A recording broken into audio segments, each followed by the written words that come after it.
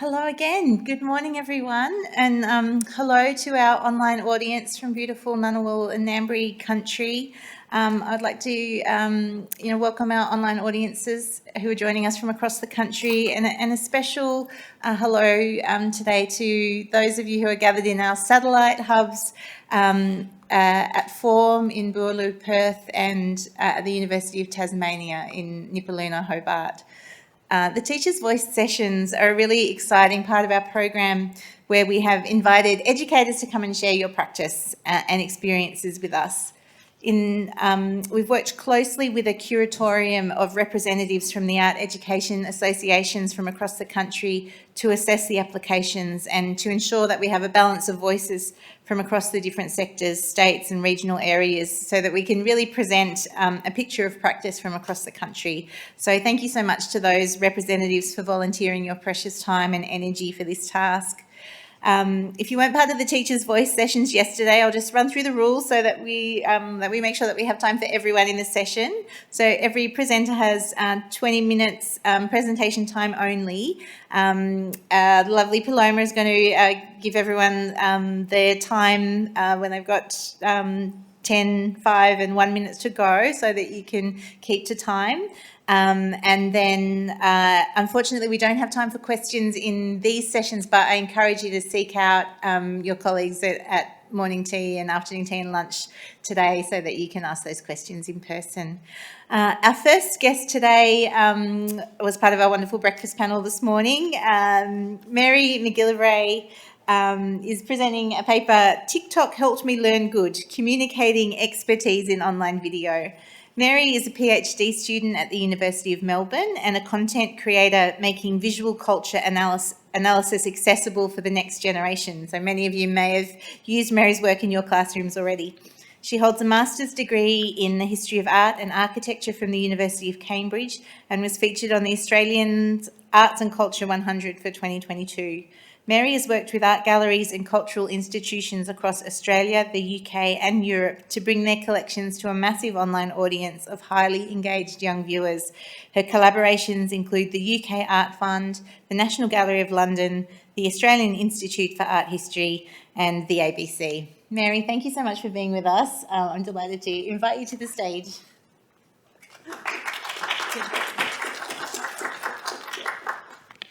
Thank you very much for having me. And I'd also like to acknowledge the traditional owners of the land on which I work down in Melbourne, the Wurundjeri Woiwurrung people. Yes, I am a TikToker, an Instagrammer and a YouTuber, as well as a PhD student at the University of Melbourne, where I'm undertaking a research project in two parts. The first is a traditional thesis component on late medieval Italian painting, and the second is a series of projects that experiment with communicating this research and my field more broadly to the general public. This project was born out of a core belief that I hold. I believe that researchers and academics, particularly those who are receiving government funding, have a responsibility to make the work that they do accessible to the general public. Does this work? Oh, that's my brag slide of organisations. If any of you have stumbled across my face on the internet, you may know me from the time I went viral for explaining how mirrors work, or from when I cracked a Eurovision Coke scandal, conspiracy theory using my knowledge of Renaissance linear perspective, or from my series The Rear View Review, where I reviewed the best bums of art history, or perhaps even from the time when Sky News' Chris Kenny said that my work with the ABC was a waste of taxpayer money. That was a recent one. These are some of my sillier moments, but overall, my short and long form video content aims to demystify the world of art history and encourage viewers to think critically about our visual culture. Since beginning my career as an art history communicator in 2020, I've had fantastic opportunities to work with art galleries, museums, and cultural organisations from across Australia, the UK, and Europe to share stories and objects from their collections with online audiences. Recently, though, I've become interested in how online video content may be partnered with school curriculums. Earlier this year, earlier last year, I had the pleasure of collaborating with ABC Education to write and present a series of videos aligned with the Australian school curriculum. The subject was history. I'm sorry it wasn't visual art or art history, but as you'll see, it might as well have been. And the brief was to create classroom resources for Year 8s studying Renaissance Italy. I thought today I'd share with you how we went about producing this content that translated this on the left into this on the right, and some of the key learnings I made along the way, with the addition of some thoughts on where educational video might be heading. The first parameter for this ABC Education project was, of course, meeting the curriculum requirements for the unit. The second parameter that I set for this project, though, was to tell the story of Renaissance Italy using only objects held in public Australian art galleries. It was also important to me that all of these objects would be on display, or at least often on display, as part of the gallery's permanent collections.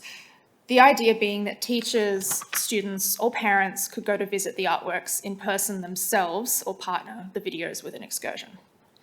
We settled on 6 works from the National Gallery of Victoria and the Art Gallery of New South Wales, Melbourne and Sydney being sort of our only opportunity to shoot, unfortunately, and created one video chapter centred around each of the 6. As an example, I thought I'd show a snippet of the first chapter centred around the NGV's tiny Sassetta predella panel in the top left here, that shows a heretic being burnt at the stake outside the city walls of Siena, which we used as a vehicle for examining the political structure of the Sienese city-state. Can we go back and play the video, please? Is there a video? Okay, great, thanks.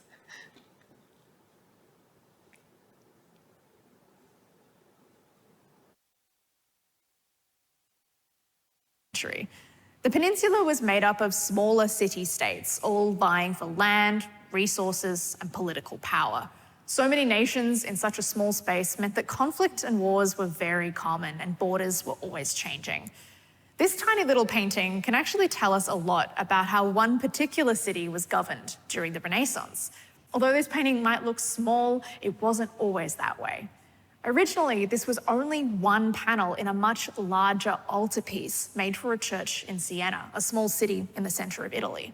The original altarpiece would have had at least 22 other panels, and it would have been positioned behind the altar, the most important place in the church. It would have looked magnificent, covered in gold and shining in the candlelight. But most importantly, it would have been expensive. So who would have had the money in Renaissance Siena to pay for it? Well, the church didn't pay for it, and it wasn't a wealthy, powerful family either. It was actually the Wool Guild. The Wool Guild was an organisation of wool merchants, people who traded and sold wool, and they were very powerful. And we know the Sienese Wool Guild commissioned this painting because their coat of arms can be seen on these soldiers' shields in the background. Guilds were kind of like unions or political parties, but also kind of like social clubs who advocated for the interests of the industry they represented. Aside from the Wool Guild, in Siena, there was also a guild for silk merchants, one for bankers, carpenters, and even one for booksellers. In some Italian city-states, guilds were so powerful they actually created the government. In the nearby city of Florence, for example, a special council called the Signoria was in charge. And every 2 months, the guilds of the city would draw names in a lottery to decide who would sit on the Signoria. There were several states in Italy in this period who ran their governments in similar ways, and these were called communes or republics. Now, this might seem pretty radical for the 15th century. No monarchy, randomized elections. Sounds almost like democracy, right? Well, not quite. To have your name in the pot, you not only had to be a member of one of the guilds, but you also had to be over 30 years old, a member of the upper or middle class, and of course, you had to be a man. So that's just one small section of the series. And the series not only lives on the ABC Education website, but it also made it onto iView as a full 25-minute program. The scripts relied largely on my own research into the artworks that were featured, but we also had oversight from my PhD supervisor, Professor Anne Donlop at the University of Melbourne, who is a world-renowned expert in Renaissance Italian art. And of course, we also consulted with teachers who gave comments and advice during the scripting process as well. It was really important to me that the content didn't talk down to students too. Year 8s are right on the cusp of being full-blown teenagers and don't want to be spoken to like children anymore. ABC Education tells me that at the end of the last school year, the videos had over 2,000 hits on their website and similar numbers over on iView, and they expect to see these numbers grow as the study unit rolls around each year. And this is, of course, a major benefit of so-called evergreen content. However, a question came to mind after I shared clips of the program. There we go. After I shared clips of the program on TikTok and Instagram, I noticed how wide the reach was on these platforms compared to on the ABC Education website, and it got me thinking about the differing contexts that educational content might be viewed in. There are many drawbacks of the social media video landscape, such as the need to hold a viewer's attention in a busy feed of competing videos, the time limit and need for brevity, and the obvious risks of trolls and harassment in comment sections. But there is one character of these platforms that offers a unique and potentially powerful opportunity for children and young people's learning. As we know, a student's sense of agency over their own learning is paramount. At school, students might be sat down in their classroom and shown my videos by their teachers in much the same way that educational video has been used in classroom for decades. But online, if they happen across videos on their own, they may feel more of a sense of agency over their own learning, or better yet, find out that they have an interest in a subject area they didn't previously think that they did. While I do have concerns about how our online spaces are becoming increasingly hyper-individualized and how algorithmic feeds remove much of our decision-making from our screen time, I do think there is an interesting opportunity for education-focused video to cut through on these platforms where children and teenagers are already spending so much of their time. For more projects like this, I think greater collaboration and investment in media production skills is needed. Teachers, educators, and galleries already have wonderful working relationships and produce excellent education programs and activities, as is obvious from this entire conference and where we are today. And nothing will beat the experience and value of an in-person education program and a gallery experience. Galleries and museums rely on the expertise of sound research to inform their knowledge about their collections and their significance. But more often than not, these groups are not making social media-focused educational content that is cutting through online and getting in front of kids' eyeballs. There is a missing link. What's more, the old model for creating video content required collaboration with traditional media, as my sort of lame graph is showing you. But the reality today is that social media video content is not only continuing to rise at a record rate every year. I believe the current estimate is 80% of internet traffic is video streaming these days. But social media video has never been easier to make. So this is my proposition to you. Just pick up your phone and you can become this missing link. Because goodness knows, I can't make all the art history TikToks. Someone's got to start helping me. Thank you.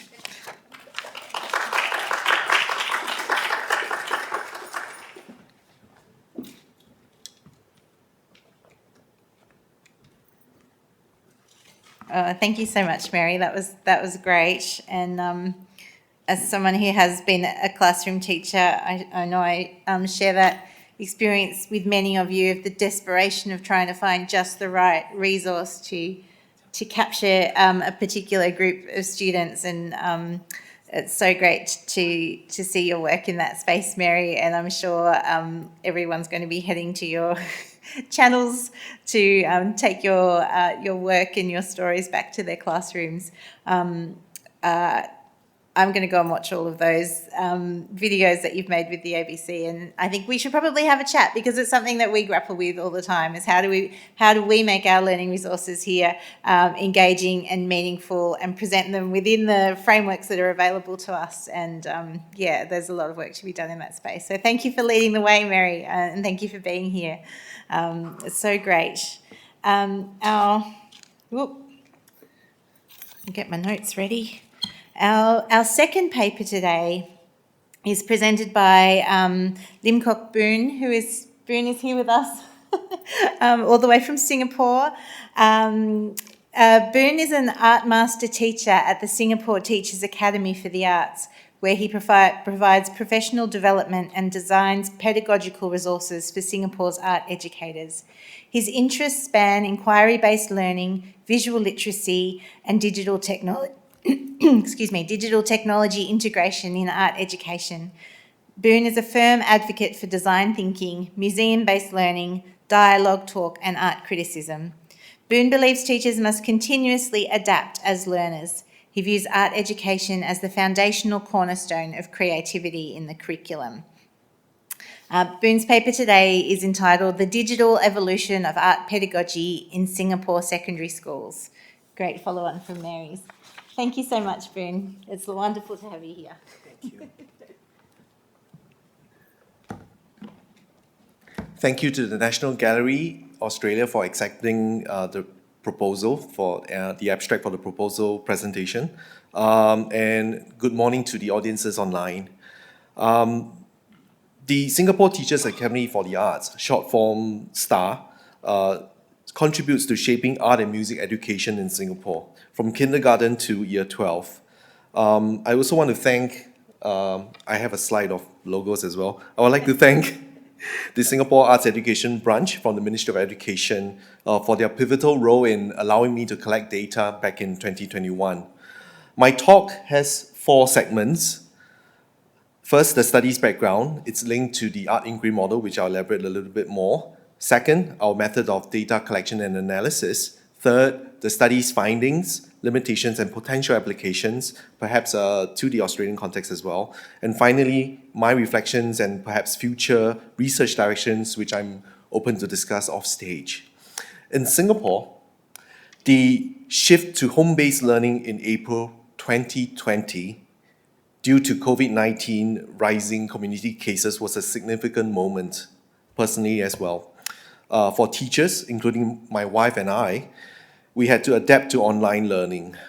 The challenge was perhaps particularly acute to art teachers who had to creatively use technology with limited resources. I'm going to show an example of how this adaptation took place, an example close to my heart, to illustrate what perhaps teachers in Singapore were going through, and perhaps resonates with what you guys were experiencing as well. On screen is a photo of my wife conducting a class surrounded by digital devices. You must be wondering, why do you need 3 laptops? So on the right, it's a work laptop. It actually has internet separation. So it's on a virtual private network, a VPN, and it accesses the student name list. And the laptop in the middle, it's where she would be conducting her Zoom class. And the iPad on the left of the image is actually a gallery view of all the students, so that she could mimic how a class would take place, and she could see all the students' faces and call anyone out if they were not paying attention. So that was one example. And also art teachers in the audience might be able to sympathize that you do not have the luxury of running to your art room to get stuff. Instead, you have to make do with what we had. So my wife had to improvise and get her students to make their own tools. On screen, a plastic platter actually makes a good viewfinder, transparent viewfinder, a tool used to aid drawing realistically. And she had to modify her assignment. So students, instead of drawing what they could see in school, which would have been the assignment before COVID, they had to draw what they could see outside the window. And this kind of constructed a longing, observing, drawing something they might have taken for granted outside their window, and something they might not have done so before the pandemic. But what was also interesting was she got a chance to get the students to talk about their own experiences being quarantined or what we call the lockdown. No, wrong. We don't call it lockdown. We call it circuit breaker in Singapore, where they stayed at home and they basically couldn't go out. So what happened during the pandemic? We saw many art teachers stepping out of their comfort zones to leverage on different types of technology, those that you make on your own, old tools, or new ones like Zoom. Everyone was on Zoom. It was incredible. So that teaching and learning could continue in Singapore. So art teachers' adaptability isn't surprising, given how art practices have actually evolved with technology. Artists like Andre Wee and Yo Shirin have integrated digital tools into their work. On the left, from AR, augmented reality. So what happens is you scan the work and a digital animation appears on your phone. And in the middle is one example of a NFT digital artwork, non-fungible token digital artwork, divulging how the work was actually made, behind the scenes, if you like. And this was one way of extending the artist's practice, as well as extending the way in which art was consumed and collected. On the right is Agnieszka Spilat's work from the National Gallery Victoria Triennale, involving playful robots built by Boston Dynamics. And I should have included work from Wolfson as well, but yeah, oh well. The rise of digital content from arts institutions during 2020 to 2021 paralleled schools' shift to online learning. This digital expansion from museums allowed continued arts engagement, highlighted by various innovative projects such as audio-visual walking trails accessible via QR codes. So this is literally an ad from the bus stop. So anyone taking the bus who would be curious could look at this and read it and scan the QR code, and they could then take the audio trail at any time of the day, and it's actually location-based. And this work was created by artists and musicians. And this is just in a public housing area. The pandemic also coincided with the acceleration of Singapore's personalized digital learning program. Oh, that's on the next screen. The Ministry of Education Singapore also announced in March 2020, and this was before the circuit breaker, that all Secondary 1 students will own their own school-prescribed personal learning devices by 2024. And that will be things like iPads, Chromebooks, Windows laptops, or Android laptops, Chromebooks. And by 2028, all secondary school students will actually own their own personal learning devices. So the Ministry of Education's initiative for one-to-one computing actually opens new avenues for Singapore art education, moving beyond conventional teaching methods. The pandemic and shift towards one-to-one computing led me to question our own readiness as art teachers to effectively integrate technology in teaching. My focus was on understanding how current pedagogies influence the selection and use of digital tools. So framing the study involving linking it with something that teachers were perhaps familiar with, in this case, the inquiry-based learning, which is positioned as a key pedagogy in Singapore, one of the many pedagogical approaches. The art inquiry model developed by My Academy proposes one way of redefining or repositioning art teaching, focusing on student-centered approaches over traditional methods. And traditional methods, I mean the master-apprentice model, where the teacher does something and the student copies it off stage. The model is non-linear, suggesting that art teachers could design learning activities in different sequences. We hope art teachers will use this model to plan and sequence art lessons in ways that support students to develop critical, adaptable, and creative skills and actually be future-ready. I won't delve into the 5 phases of the art inquiry model, but it's worth noting that since its introduction in 2015, we've been demonstrating its application in designing art learning experiences. So we would use this in our workshops when we meet teachers and show examples from classrooms. So in this study, we wanted to find out how teachers were actually using technologies according to these different categories of activities. The research was basically hinging on discovering what were teachers thinking about while designing digital art learning experiences. So the study's research question basically centers around the types of digital tools used by Singapore secondary art teachers and how these tools align with the art inquiry model when they design inquiry-based learning experiences. So it's pretty simple research. So we employed thematic analysis, gathering data from Padlet posts, which I'll elaborate a bit more later, made by art teachers during an online meeting. Teachers described learning activities that they used digital tools with, aligning these texts that they wrote to the phases of the phases of the art inquiry model. So this approach, in theory, should provide the study with a snapshot of current technology use. So next, I'll be showing a list of digital tools, examples of learning content, and the tasks that students were using the digital tools for. So this will be shown grouped by the 5 phases of the art inquiry model. However, given the time constraints, I will highlight perhaps the commonly used tools and show 1 or 2 examples. And there will be a QR code at the end where if you scan it, you can have access to the poster that I've shown as well as the second poster I'll be showing last. So the findings basically reviewed a diverse range of digital tools that used for instruction and digital art creation. The art inquiry model was perhaps instrumental in guiding teachers to design technology-integrated learning experiences. And these are categorized by the phases and some illustrative models next. Traditional art lessons have evolved a little after the pandemic. To help students connect and wonder about art and about art learning, teachers were increasingly seen to be using digital platforms or learning management systems or learning portals to host learning content. Before that, most of the teaching was offline, if you like. Teachers were found to be using online presentation apps, and this is different from using PowerPoint, say, on a laptop. More teachers were using it off the cloud. And virtual bulletin boards to facilitate learning and student engagement. So an example of that bulletin board would be Padlet, which I have an example next. The online materials were used by students, were still used, in which they compiled materials, research on artists or materials and techniques, so that carried on.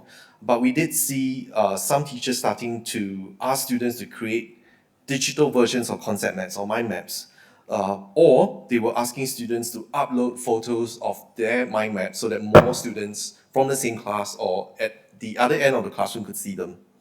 So this is an example of Padlet, which became a popular tool, especially during the pandemic and maybe perhaps slightly before that. So teachers actually use Padlet as a microsite for art projects, offering a mix of instructional materials and also allowing a space, a conducive space, and for students to upload their works, share reflections, as well as obtain peer feedback. So this not only supports peer learning, but also shifts the teacher's role to a learning facilitator. So basically when this happens, if it's in the classroom, teachers could walk around and see what students were writing or posting, but the teacher also has the option of reading all the comments after the class and then pen little comments when necessary. So at STAR, we also try to demonstrate Padlet's effectiveness in our professional development programs.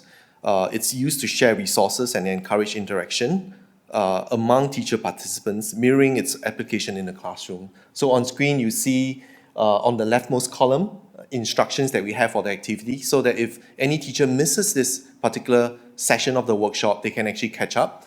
We also included class photos in case they want to have keepsake of what happened during the workshop.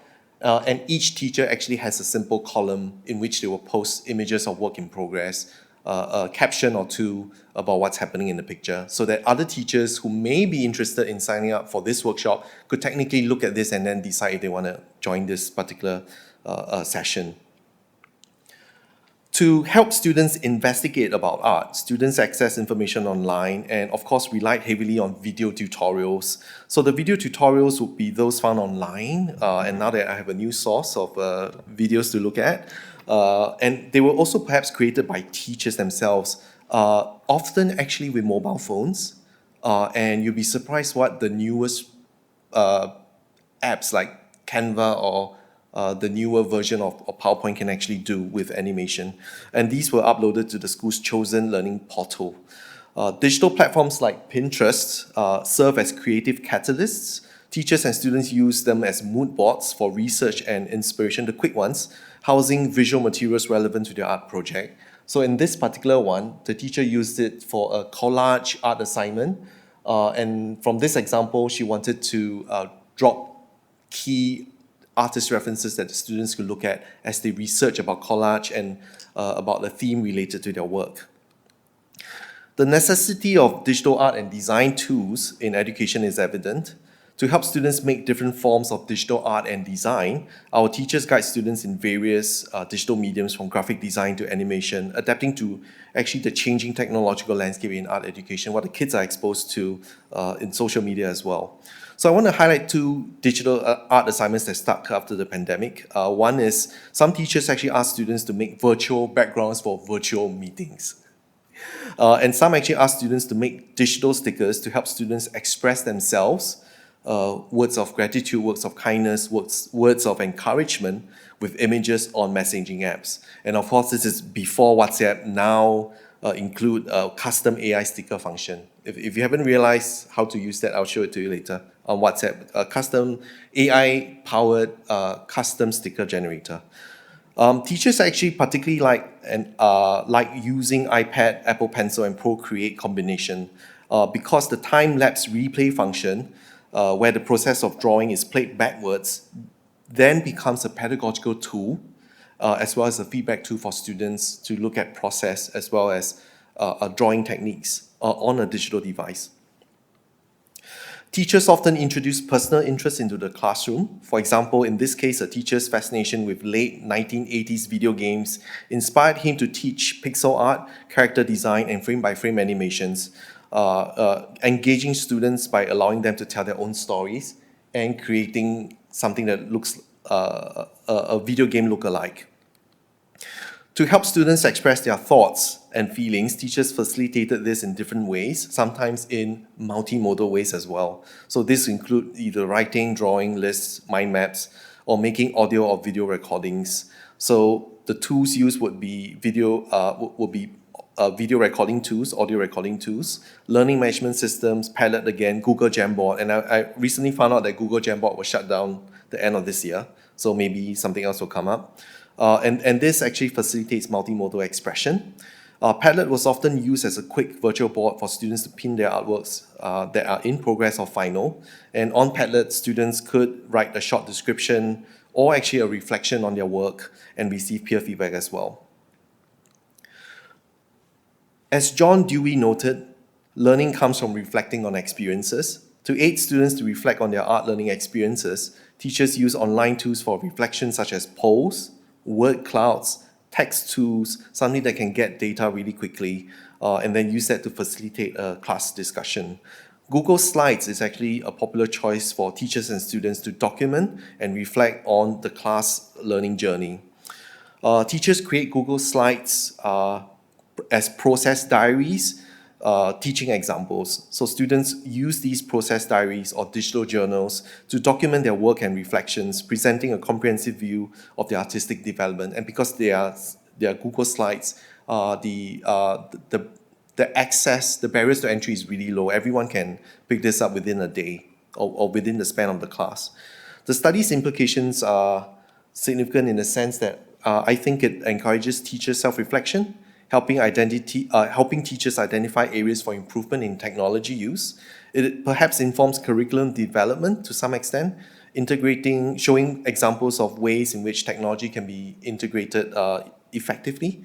It perhaps contributes to future educational technology research, offering a ground view in Singapore of how technology is used at a particular point in time. The limitations, of course, include potential biases in the response since it's teacher self-reported, and of course, the lack of detailed context in the short descriptions meant that we couldn't get a more nuanced understanding of how those tools were used effectively or not effectively and to what extent. And that's basically limits how we can use this to generalize the use of technology in our classrooms in general. So this research supports a shift from teacher-centered to student-centered approaches in art education. And since that research, my colleagues and I developed a layer to the art inquiry model, describing aspirational, exploratory ways of using technology to help students engage with the art world. So this is the QR code I mentioned. You could scan it, and it leads to a Google Drive containing a PDF of this poster, as well as the original one shown earlier. So this is actually more than just a theory. It's a practical roadmap for integrating technology in art instruction and as well as digital art creation. And my informal chats with Australian colleagues in the past 2 days highlighted a shared perspective that technology in art education should be meaningful and critically assessed before integrating them into the curriculum. And on this idea of assessing technology use, looking ahead, I think I'm interested in exploring the application of the EEE framework by Professor Liz Cope for teacher self-evaluation of technology use in art education, and the impact of AI on art education, particularly how tools like chatbots and AI art generators might redefine teaching approaches. I actually have 2 working prototypes of how you could actually use ChatGPT Plus to create a custom version of your own AI chatbot really easily. You can do it over the weekend, no joke. And I can show it to you how it's done. And finally, I'm intrigued by the potential that AI in art education can do, pushing boundaries of creativity. And of course, I'm open to discuss offline how these tools could transform teaching, emphasizing ethics and authenticity in art and design. Thank you very much for your attention and engagement.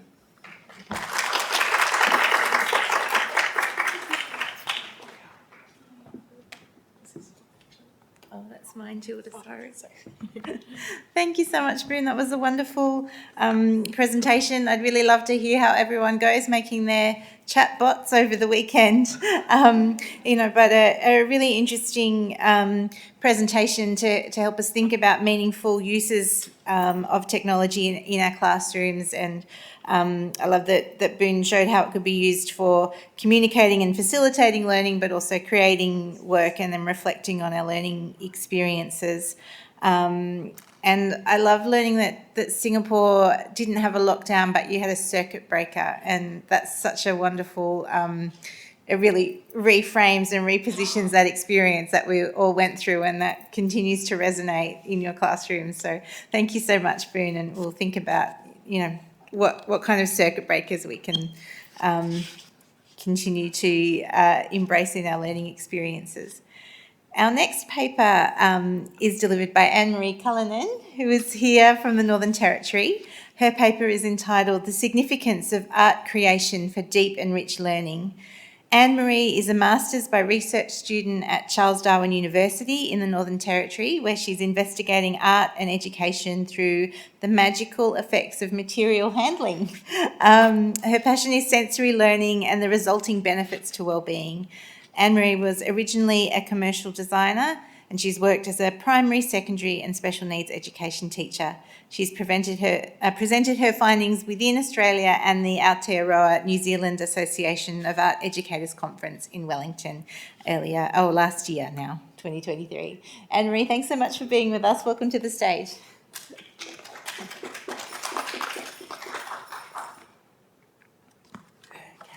Welcome. Yes, I'm going to talk about art creation for deep and rich learning, and specifically about the magic of material handling. Magic of material handling. Why I say material handling magic? Has anybody ever have got a project they're going to make? They've thought it all out in their head, gone over and over and over, then they've got the materials they've started to make, and all of a sudden all these different ideas come. So that's the magic of the actual creation. Do I just... first of all, can I get you to speak into the microphone? All right, that's better. Thank you. First of all, as representative of Charles Darwin University, I acknowledge all First Nations people across the lands on which we live and work, and we pay our respects to elders both past and present. And yes, I'm currently a Master's by Research student at Charles Darwin. I've been lucky enough to be a secondary teacher from Year 12, teaching down to Year 7, had a stint of 2 years of extra special needs, and the special needs satellite class I worked with was in a primary school, and when I left there, they invited me into the primary school. So I've been lucky to go from there to there, so I've seen a really cross-section of students. Oh, I've got it. I had it the wrong way around. Here we go. So my talk is about the significance of material handling, the place in today's hands-free digital society. So as a full-time art teacher, I had noticed several times when students are really engaged with digital, that sometimes you get various behaviours can happen compared to when they're full-time using material handling. And my talk is basically the place in today's society, because don't forget, we need to connect to all our senses to learn. To reach in deep learning, I believe, we need to connect with all our senses. And when we have our beautiful digital Padlets or phones, etc., we're basically looking and listening. We have no connection with our taste, our touch, and our feelings for our hand-on learning. Now, my research is participatory action-led research, enabling personal and cultural connections and exploration of personal identity. I'm going to quickly talk about 3 workshops that I did through the university, and then I'll look at basically more hands-on practical. Okay, the key factors in my research, we're looking at students being totally involved and totally engaged within a classroom. What do you need? What do you need to completely hook somebody in? And what is it when you're so involved with something? What is happening to you? First thing is a state of flow. What is it? Csikszentmihalyi, optimal precognitive engagement. So it's when your environment is, the temperature's right, the seating's right, you're completely feeling okay for that. The challenge is not too high, not too low. You're not going to get bored, and the time frame is okay. So that is that wonderful state of flow that you can go in where you're working your way, and before you know it, an hour or so has gone. Okay. Often you might have got students into a classroom, trying to get them in, get them settled, get them going, and then when they're going, the bell goes, you try to push them out the door because they're so engaged. How do we get to that? Embodied learning, what is it? Okay, embodied learning is what we bring to it. You can also link it to kinesthetic learning, dance, movement, but what do you bring to it? A personal example for me is an exhibition I saw recently about ceramics. I went in, I could smell the clay. I'm a ceramic artist as well. Immediately, I could feel my embodied learning. I could feel my fingers were itching. I wanted to make clay. So my sense of smell was an embodied learning. You'll all have examples of that. And also the mindfulness connection was really interesting to me. Now, you all know about smiling minds, bringing somebody into a classroom, deep breathing, da-da-da-da. I thought, I wonder if we could focus that a little bit more. Can we get students into a classroom and actually focus them, empower their learning through meditation? Okay. So I'm just going to talk about the 3 workshops that I did. The first one is a portrait connections. I'm particularly interested in portraiture, and that is my artwork. We had 3 sessions of mindfulness and art making. I started with muscle exploration. That's why I'm making that strange face. So before we actually started doing facial anatomy, I had students, this is that muscle, let's find it. So they were doing basic material handling of themselves. Feedback from this workshop was they felt very stretched in a good way, more centred. So we had 3 workshops during the day. Each one started with a focused meditation. Then there was a particular type of art creation. So we started off with eyes, then we went to the whole face, and then we changed materials. One gentleman said, this is the gentleman just to the right here, he felt exhausted actually at the end of the day. And I hadn't thought about it. I'd focused everybody so much that they didn't have much of a downtime. Embodied learning and touch. This was a short workshop with the music, a music symposium. And I decided to do it on your hands, on your hands. So rather than drawing hands, we can all look at our hands. This was to draw around your hands and then create a collage. So you're bringing your embodied learning with this.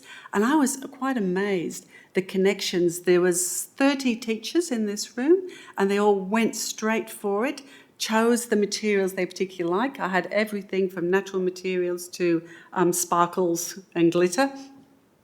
And the talking that went on as they were expressing their ideas for this, but they were bringing their own stories to this. If you ever do this, little tip, MDF board's much better than cardboard, and it's cheaper too. So everybody went with an MDF board and it holds the paper. I got feedback, felt connected, experiential, felt like apathy, enjoyed the mindfulness, and they thought that working with hands promoted positive states. And they shared their story as well. One thing I didn't allow in this workshop was enough time for them to share their stories at the end, which if I ever did it again, I would allow a lot of time for more talking and sharing, because I was blown away with how different they all attached this. The third workshop, I decided to try and link more yoga into this. I am a qualified yoga instructor as well, with Hatha yoga and Raj yoga, because the feedback was really well. And this group, we had three-hour sessions, and each time they did an hour of Hatha yoga and Raj yoga, really focusing on what they were doing. So if we were doing harmony for the day, we'd do a focused meditation on harmony, and then they did some artwork. We did watercolours each time, so they were building on their skills. I'm a little bit old-fashioned that I like skill building as well as creativity.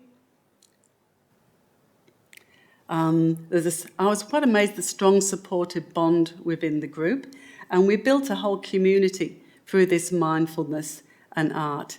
They had a lot of non-artists in the group, so I did have a lot of things for them to look for and to build from. There was some watercolour artists as well, so I tried to make it as comfortable as possible.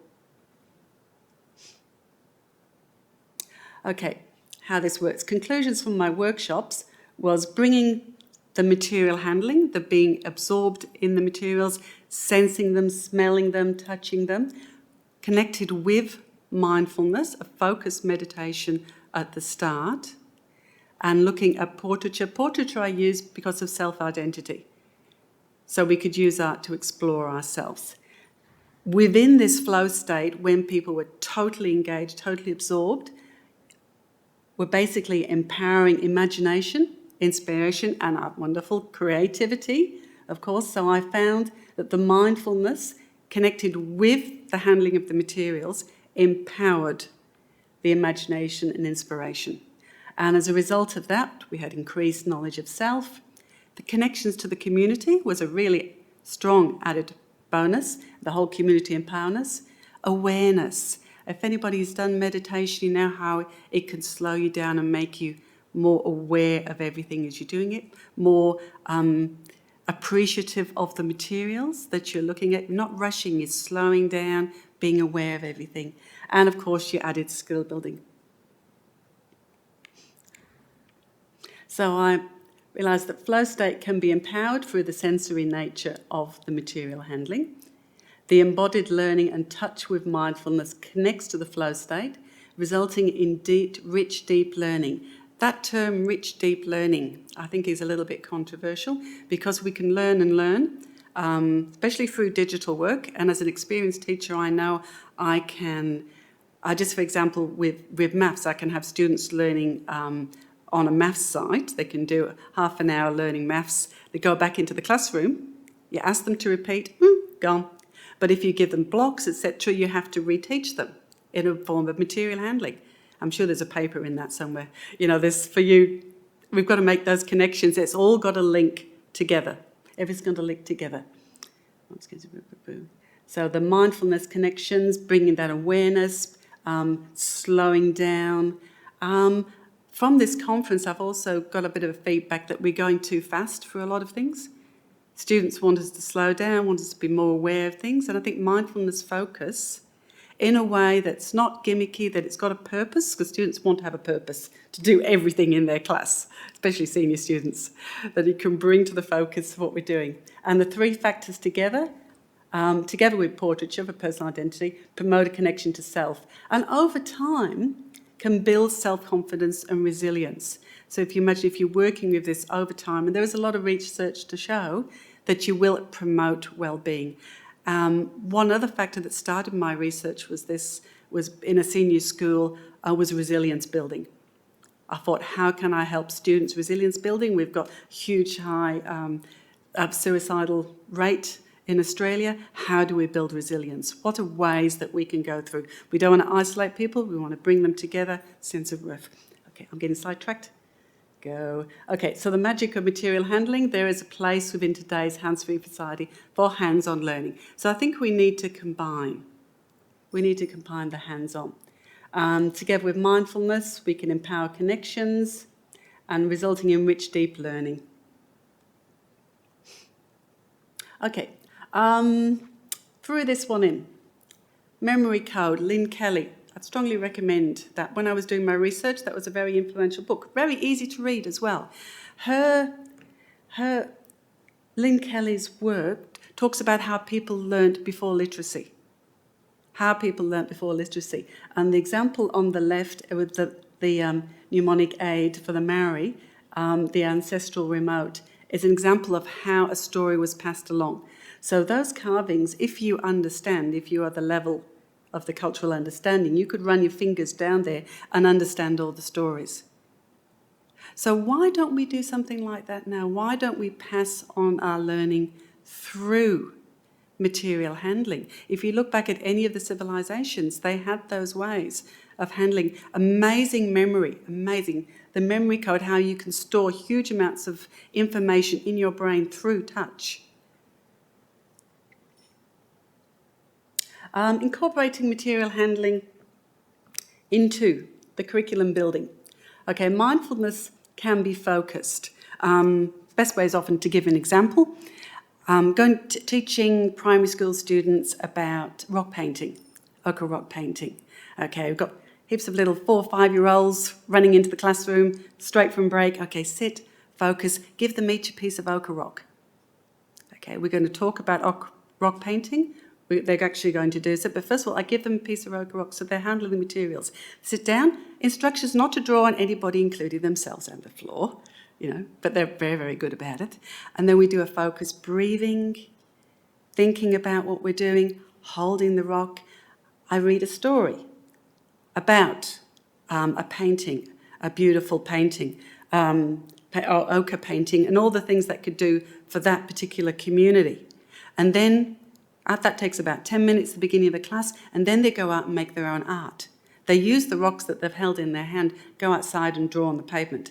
Then they come back in and use modern paints or chalks, and then they can compare them. So that's an example of how you could quite easily use material handling within a classroom. Use of artefacts, incentives, costumes. One reason I'm doing this talk is to try and empower teachers to ask their principals to say, I need materials in my classroom. Can you please give me some money and some time to think about it and organise it and do it? Example with Museum of Artefacts, the bombing of Darwin was a project that I did, and this made me realise how relevant it was. As I was talking to my students about it, one lady put her hand up and said, oh, my father's the head of the museum at Darwin. Oh, right, he can come and bring stuff. Oh, yeah, right, okay, yes, please do. Had a chat with him. He said, I'll bring the uniforms in. I can bring some guns. And no, he'll get me fired. No, we had a good talk, and he came in with all these amazing things. So before we started our art making, they had to actually make a ceramic slab as part of their research and creative building, imagination building. They tried on the uniforms, took snaps of each other. They could smell the uniforms, they could feel them, they could touch them. They were getting a real sense of what it was all about. Really encourage STEAM projects. I love STEAM. Science, technology, engineering, art, don't forget art. Art is the glue that holds it all together, and maths. Bridges, marble run, trebuchets, flying egg challenges. What time have I got? Have I got time to tell a story? I've got 5 minutes. Okay, I'll tell the trebuchet story. I had a group of students which were given to me on my free period. You have one too many free periods, Anne-Marie. You can have these 9 boys who've been, they've been pushed out of other classes because they've been a little bit too disruptive, shall we say. Why don't you just do manga drawing with them for about 6 weeks? They'll love that. I'm going, I don't think so. I really don't think so. So we sat around the table, had a chat, what would they like to do? Year 9 boys, sex, deaf, and sex, deaf, that's all they talked about. On war, and we ended up talking about war machines and trebuchets. That is a full-size one. I said, well, how about if you make something like that? And to cut a long story short, they decided to make small trebuchets, about that big, and have a trebuchet off. So I said, okay, I've got access to wood and metal, we can work with those teachers, let's do it, let's go. And off they went. And they made them. The first time they made them, I'd seen them put them together. We had a big lawn outside the classroom, like from here to there. They're there, they're holding, and they're bang, and off, and boom, everything fell apart. I've seen them put it together. But they were so engaged in their projects, they whizzed back and started again. And these students who caused chaos for other classes were so engaged in what they're doing, working out engineering and design, they came back again. 2 weeks later, we had the proper things. Now, okay, picture this. We're here, grass, hedge there, other side, car park, staff car park. Now, they were throwing eggs. I forgot to say that, eggs. So we get the trebuchet egg over the hedge. Oh my God, I'm thinking, where's the principal? Where's the principal's car? But luckily they mixed everything. But they were so ecstatic in what they'd done.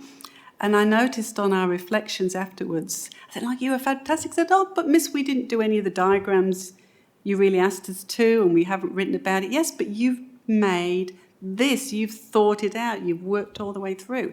And they were, the students that are normally kicked out were like there. So I just loved it. I was so amazed at what we're doing. Marble Run's another one.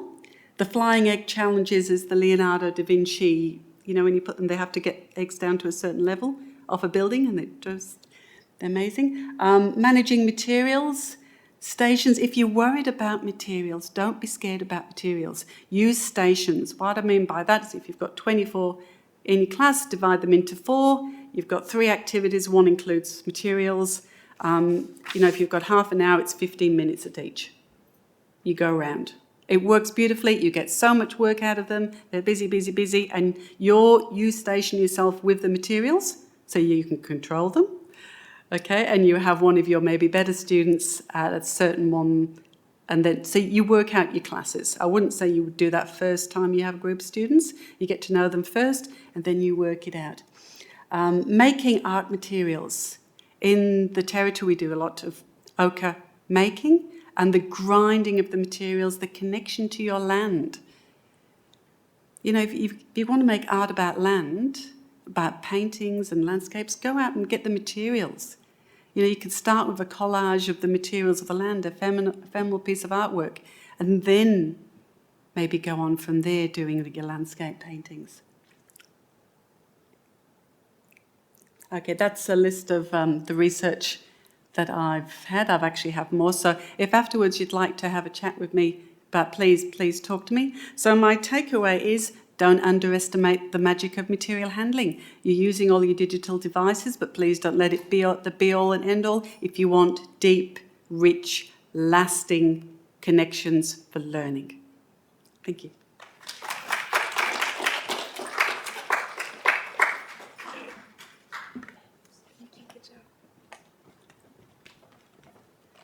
Thank you so much, Anne-Marie, for that presentation. We'll just have to rename this session, the case for and against digital, and we can fight it out over lunch. But I think there's been compelling arguments on all sides. So thank you so much. And that was a lovely story, Anne-Marie, about co-designing learning experiences with students for maximum engagement. So thank you so much.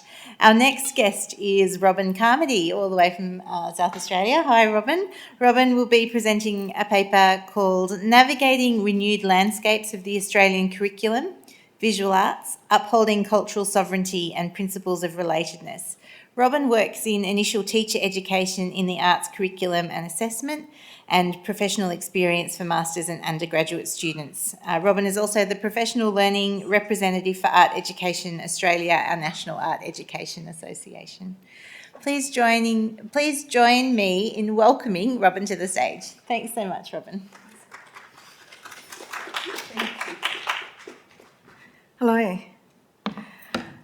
I feel very humble presenting after 3 such amazing presenters, so thank you. Can I just, that big arrow is, yes, thank you. Okay. So hi, yes, I'm presenting, this is a presentation of a paper, as Georgia just stated, Navigating Living Landscapes in the Australian Curriculum, Upholding Cultural Sovereignty and Principles of Relatedness. Oh, there we go. I would like to acknowledge that the Ngunnawal and Ngambori people, the traditional custodians of the land on which I'm presenting today, and I acknowledge elders past and present, and I honour their continued cultural, spiritual and historical connection to this area, and I extend that respect to any First Nations people who are joining with us today in person and online. So I want to start off by talking about how this paper came about. So this paper came from my experience working with the Australian Curriculum Assessment and Reporting Authority, otherwise known as ACARA, during the review of the Australian curriculum on the arts team. And I say team, but it was 2 people. We had a lot of support, but there were 2 of us. Over the 2.5 years that I was at ACARA, my learning about arts education in Australia, and more importantly, arts education from a First Nations perspective, grew tremendously. Tremendously doesn't seem like a big enough word for it, actually. And to be very honest, there was a lot of unlearning for me, a lot of soul-searching, and constant and often uncomfortable cognitive shifts that happened on a professional and personal level, because you can't, I found you just can't separate the two along the way. And I was talking to a friend about this, about my experiences through this process, and I was trying to explain what it was like. And my analogy, and forgive my images, this is what I do. I try and work through stuff with paint. And I feel like you would get this. My analogy was, I was thinking about a landscape with shifting stands or foliage being torn away to reveal deeper truths, solid, unmovable landforms. And alongside my personal journey of unlearning, I realised that arts education is itself on a journey. Sorry, as I go here, I'm thinking of the relearning, fitting in with those landforms rather than covering them up. Of course, arts education is itself on a journey, that in the time since the initial writing of the shape paper for the arts, for the Australian curriculum, and the introduction of the Australian curriculum, there has been a lot happening in arts education space in Australia, and in fact globally, of course.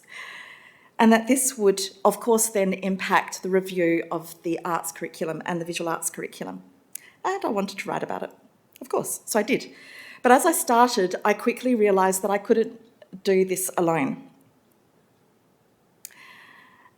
I couldn't write about First Nations arts without collaborating with First Nations artists and arts educators. And that part of my unlearning, it was just not appropriate for me to place myself as any kind of expert. My wonderful colleague Max Lanoy at ACARA was incredibly supportive and kind and put me in touch with Jessa Rogers, who is also amazing, who worked with me and co-wrote with me on this paper. Jessa Rogers is a Wiradjuri woman, a researcher, artist and arts educator with extensive experience. I believe she's currently at QUT, but she also works across many different projects. Max, but Jessa in particular, was incredibly supportive, but they were both unable to present with me today.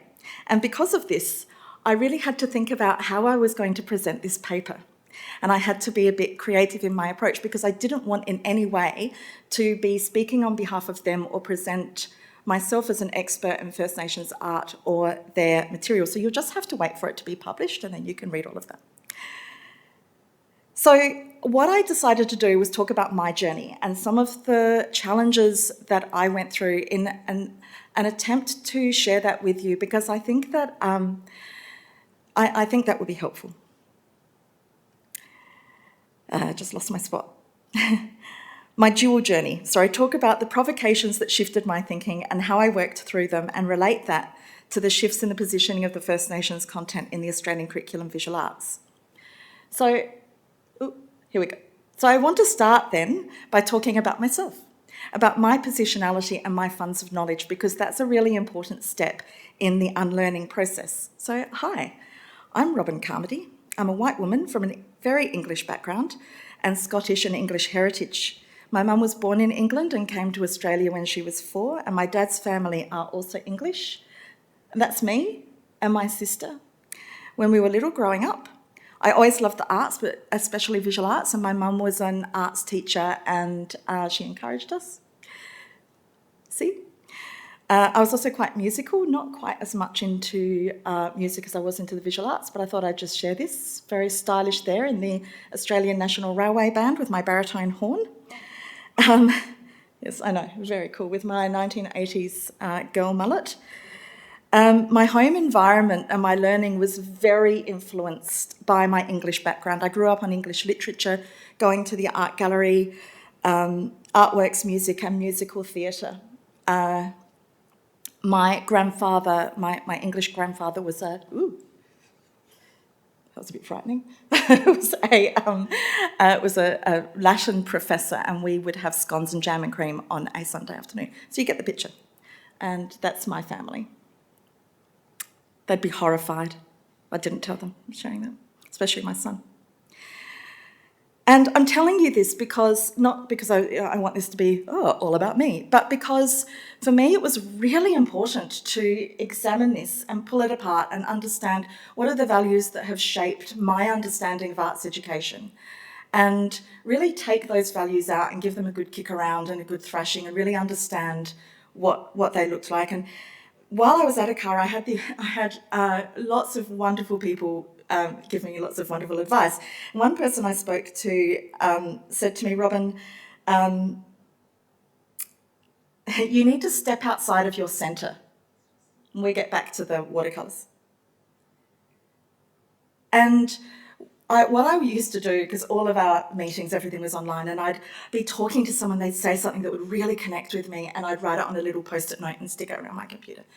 And this one, I kept coming back to, step outside of your centre.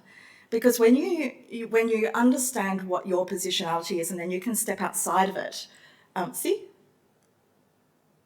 I'm not much of a word, like, this is just honestly me trying to think through my thoughts. You step outside of your centre and you can then see the worlds of others without the influence of your own world. And then the effect kind of snowballs. And then I just got distracted and started playing with line. But, you know, that's what happens, because you get involved with the materials. But I thought I'd include that. So enough about me, but I think that I've painted that picture do you get where I'm going with this? Yeah. I really needed, and I really felt that it was vital for someone in my position at ACARA, and I really did feel the weight of responsibility that I needed to be, I couldn't bring any of my own biases or my own ideas about arts education. They had to absolutely stay, not even at the door, but way out in the street. I had to let all of that go and separate myself from everything I thought I knew and really involve myself in the world. So the process of doing this, there were some things that really, really provoked me. And I love that you brought up that book by Lynn Kelly, because I was going to talk about that as well. And it didn't make the cut of the 20 minutes. But the Lynn Kelly book was one of the things that really made sense to me. And you can also get it on Audible. Not that we're, working on behalf of Lynn Kelly, but it's a fabulous book. But one of the things that I really what was really agitating in my mind was this question: what is an artwork? It's not a trick question. And I'm not going to give you any answers. I just want to now throw a lot of questions at you. I've gone completely off script. So firstly, before we get to that, understanding First Nations culture through relatedness theory, that all aspects of the Indigenous world, and this is what Jessa explained to me very patiently and over several meetings, because she's just an amazing woman. All aspects of the Indigenous world are connected and rooted in country. And I really had to dwell on this for some time, and I really had to think about it. Reading Lynn Kelly helped me. And worked hard to understand what a relationship to country really means. As for me, as a white English woman, a relationship to country means something quite different.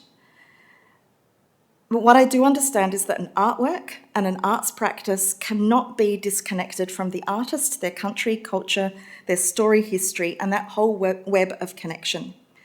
And developing this understanding, of course, had an impact then on the curriculum, but led to these questions. What is an artwork?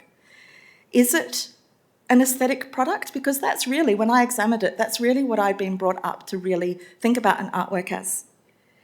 Is it a story? Is it a communication? Is it craft? Is it design? Can it be all at once? Or can it be, got it, just one? When is an artwork not an artwork? When is it a cultural expression, and what's the difference, and can it be both?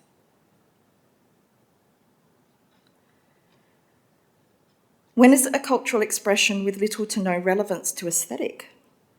Perhaps it's a communication of scientific knowledge that just happens to be visual because that's the way that culture communicates knowledge.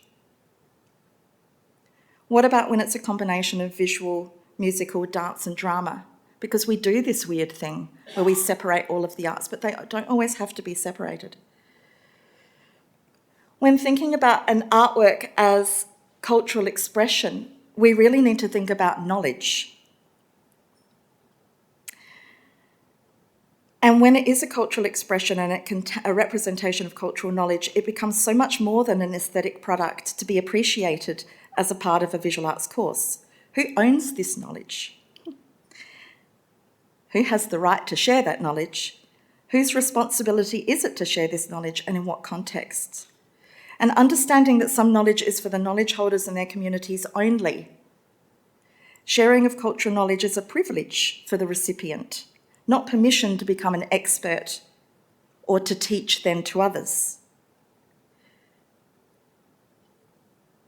Recognising that there are protocols with regard to Aboriginal arts, and that the approach to analysing and interpreting Aboriginal artworks is necessarily different than, for example, a Van Gogh.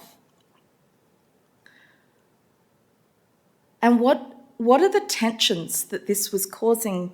And we spent a long time talking about this, and really it came down to analysis and interpretation and appropriation.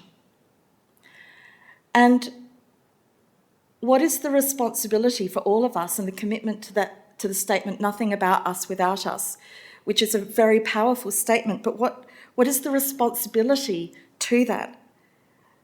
Voice and representation is vital. And I think it's been a common theme as well throughout this conference, that commitment to ongoing dialogue in everything that we do.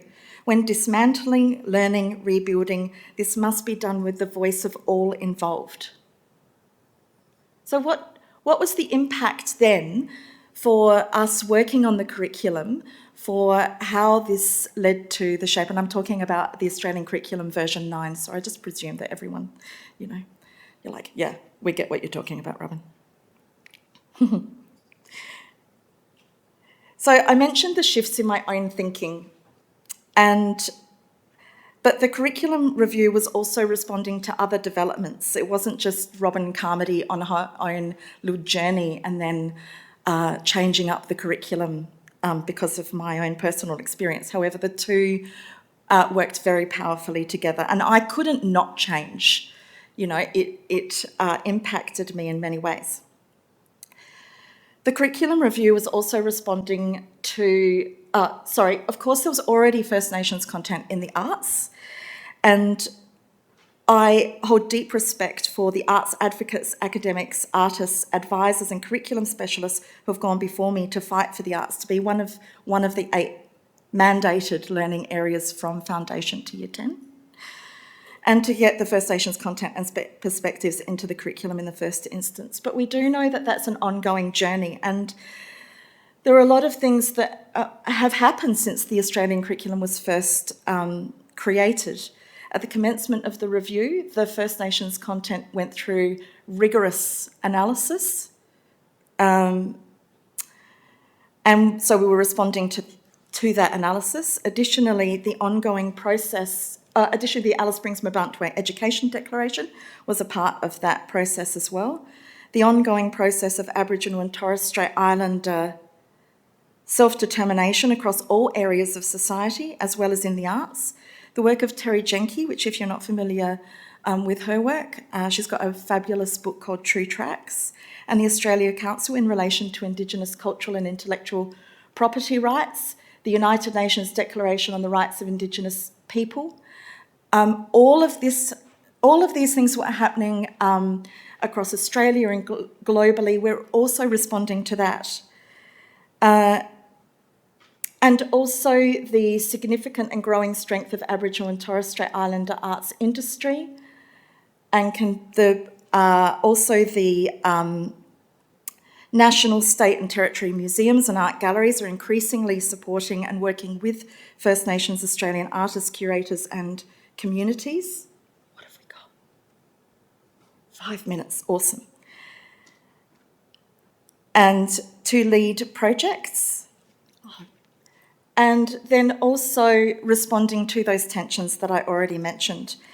And one of those tensions is really about, it's to do with analysis and interpretation, but also about appropriation, because appropriation is a really big practice in visual arts, isn't it? And we would often get comments, feedback, and often arguments, like in workshops with people saying, well, why is it okay that I can appropriate with this artist and this artwork and not with this artist and this artwork?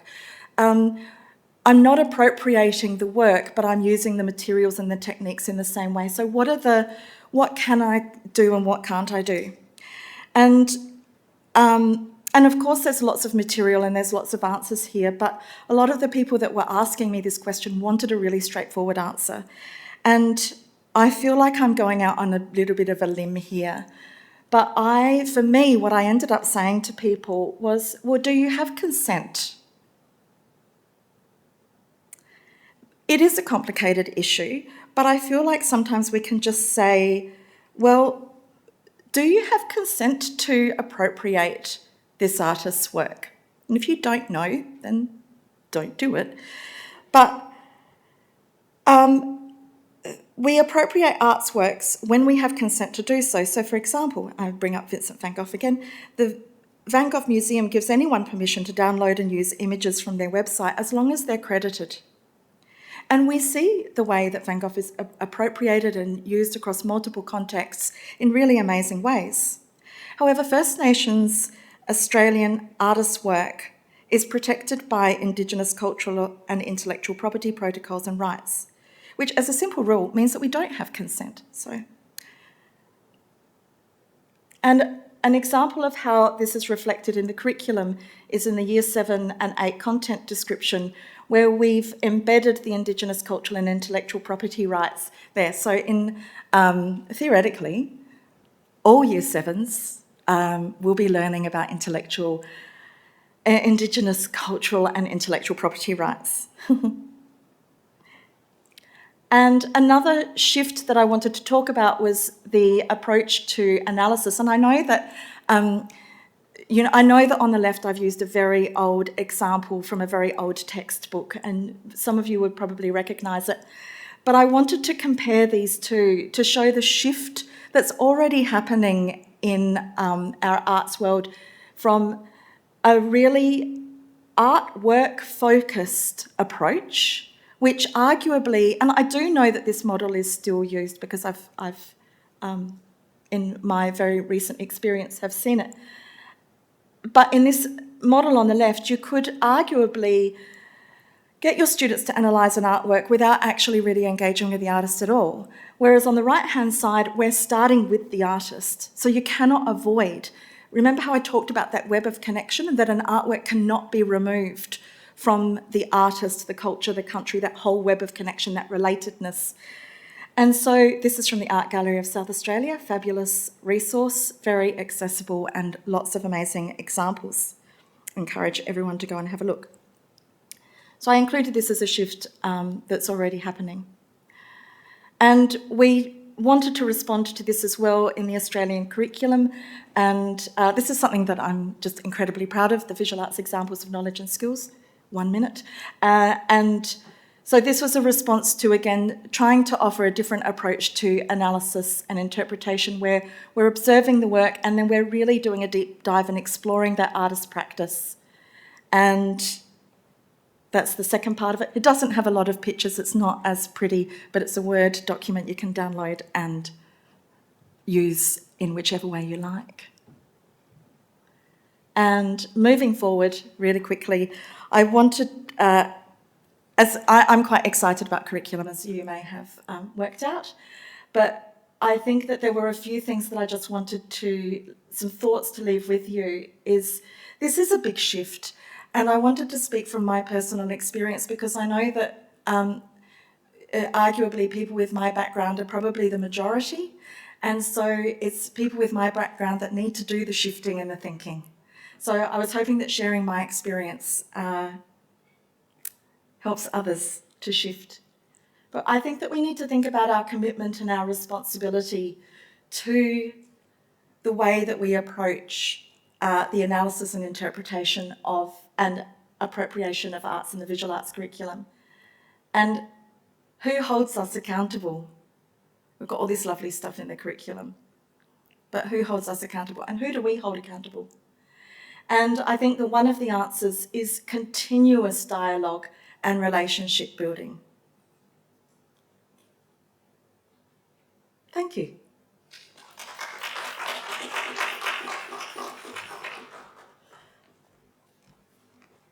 Thank you so much, Robyn, for taking us through that personal journey alongside the curriculum development. And I think all of us who've looked at version 9 of the Australian curriculum will agree that the changes implemented around First Nations content and the ICIP content is so important. So thank you so much for sharing that work with us today, Robyn.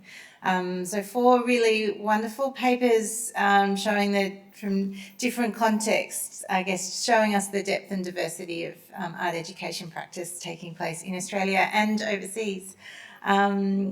With that, I will finish this session. For our online audience, we will regroup for Tony Albert's keynote shortly.